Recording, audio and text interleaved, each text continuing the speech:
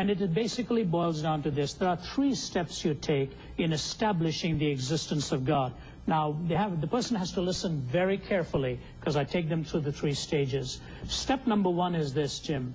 However you section physical reality, you take the physical universe as you see it, however you slice it down to its minutest form, the fact of the matter is you end up with a physical entity or quantity that does not have the reason for its existence in itself. Ultimately, the physical universe reduced in any form cannot explain its own origin. It has to find its explanation outside of itself, which means the first explanation of a universe as we see it has to have something that is non-physical as a first cause. So you've got a kind of a haunted universe without knowing what the first cause is. Next you come to the argument for what we call not from design, but to design. And that's what I said. If you walk onto a planet and see a wrapper of a McDonald's hamburger and see letters of an alphabet, you immediately know that there is information there. And logic tells you, Jim, as it tells everybody listening, where you see information, you assume that prior to that information is a mind.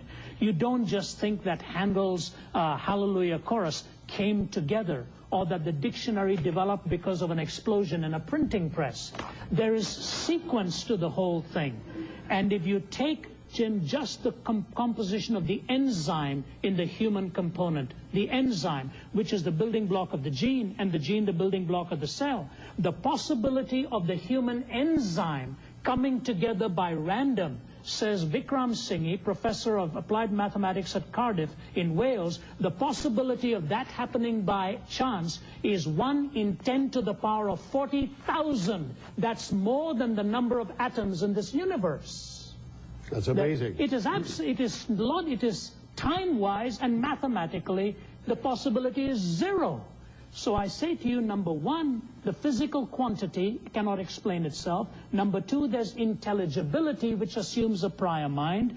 In the first case, there is something non-physical. Second case, there is something intellectual or a mind. And third, in the history of society, human experience, and history itself, you begin to realize that the moral issues, the social issues, and just human intercourse demands the explanation of a moral reality. So you've got a first cause that is spiritual, a first cause that is mind, a first cause that needs to explain morality. You take these 3 struggles, Jim, and now pause with me for a moment here.